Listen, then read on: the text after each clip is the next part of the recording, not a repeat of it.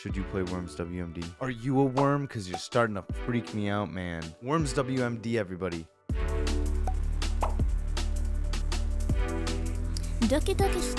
Just so everyone knows, I haven't played a Worms game since I was like 5 years old.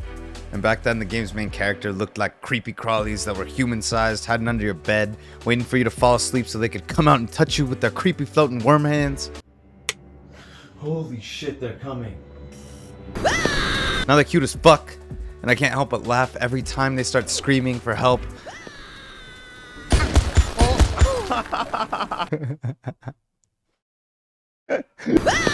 Worms WMD, also known as,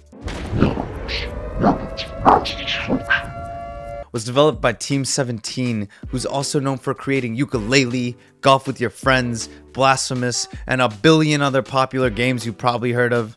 They're game creating whores. Team 17 is pretty fabulous if you ask me, and it's owned by this badass chick. Thank you, Debbie Bestwick. Your last name's not the coolest thing in the world, but your company does great things, and we all appreciate you. Right, guys? Right? Yes. No, she's a girl. Team 17 managed to make a ridiculous-ass game about worms killing one another into something that I never thought I'd enjoy as much as I did 19 years after playing the first Worms game. It's not like Worms WMD came out recently, as it was released in 2016, but it stays pretty stagnant in terms of trending, so I wanted to see what all the hype was about here in the future, in 2021, 5 years after its release. Blah, I am from the future, and would also like to see how this game holds up.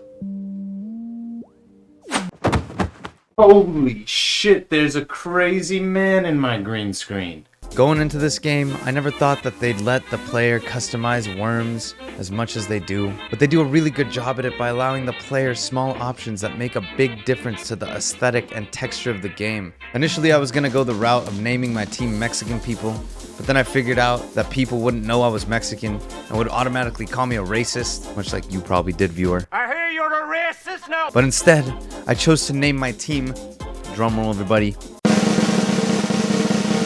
You're a racist. so that I could back the fact that my opponents and you, viewer, are in fact fucking racists.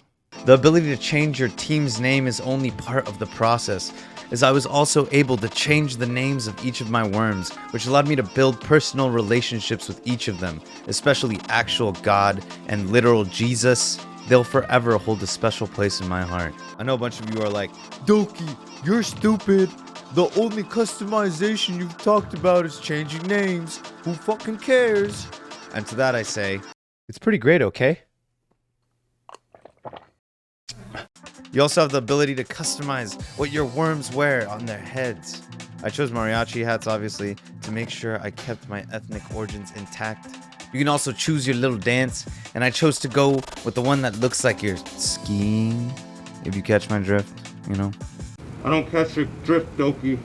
These are definitely the motions of skiing. Look at them. You like those? You like these skiing motions? Lastly, you can choose your song. And I'm a big EDM mans, so I chose to play some dance music. There's even different forts that you can choose from in fort mode, which takes me to maps. Maps in Worms WMD are randomly generated unless you choose to go into fort mode, which I was talking about literally 2 seconds ago. Then you get to choose which type of building you spawn in. And if you don't choose any of the buildings, then you're forced into having this ugly ass looking donkey thing. Some of the forts are definitely superior to others. I chose a giant ball that looks like a steampunk version of the Death Star, which is fucking awesome because it turned out looking nothing like the ratings from Wild Wild West, which is the biggest crime that has ever been committed against the steampunk genre and by far Will Smith's worst movie. Really no? Not After Earth? This is Earth. The randomly generated maps and biomes that the game supplies are beautiful hand-drawn environments where the smallest of details engulf the player in atmosphere. Yes, I said hand-drawn, people.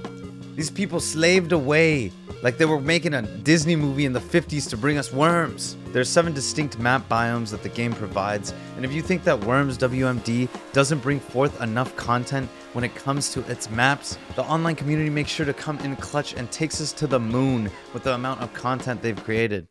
Thank you, kind strangers. You rock. Overall, everything about this game looks absolutely outstanding. It's undeniably beautiful, which is a contrast with the way in which the game is played, as everything else that Worms W.M.D has to offer is wildly silly, albeit methodical.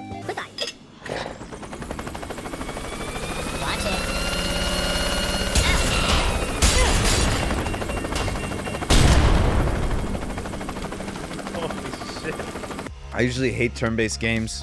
Besides Valkyria Chronicles, that game does turn-based combat right, and so does Worms. There are different options for the length of rounds and the length of a match, so if you're playing this game and for some reason upset at the fact that the rounds are way too slow, it's not that the rounds are slow, but that you're slow, and acting like Ben Stiller in Tropic Thunder playing Simple Jack. But this head movie makes my eyes rain. I'm not sure if I crossed any line here. And if the rounds are too fast, then you're probably like me Oh no! and don't understand the concept of time. What the fuck is this? The gameplay is phenomenal, as it takes that silly old turn-based combat and allows for a player to be mobile and pensive when it comes to the actions that they're going to take. Worms W.M.D can look like rocket science at first glance, as the learning curve seems simple. But then you look at the tutorial section of the menu and are like, what? Once you get the hang of it, everything is possible and virtually endless. Using physics, I was able to calculate the rate in which my consummate movement would get me to an exemplary location in order to perform my quintessential attack.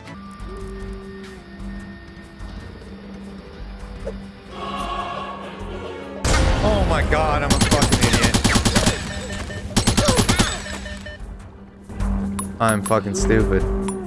At the beginning of the match, the player starts off with a set number of items which is selected by the host. These unique items allow the player limitless opportunities when it comes to movement, along with a variety of ways to inflict damage onto their opponents.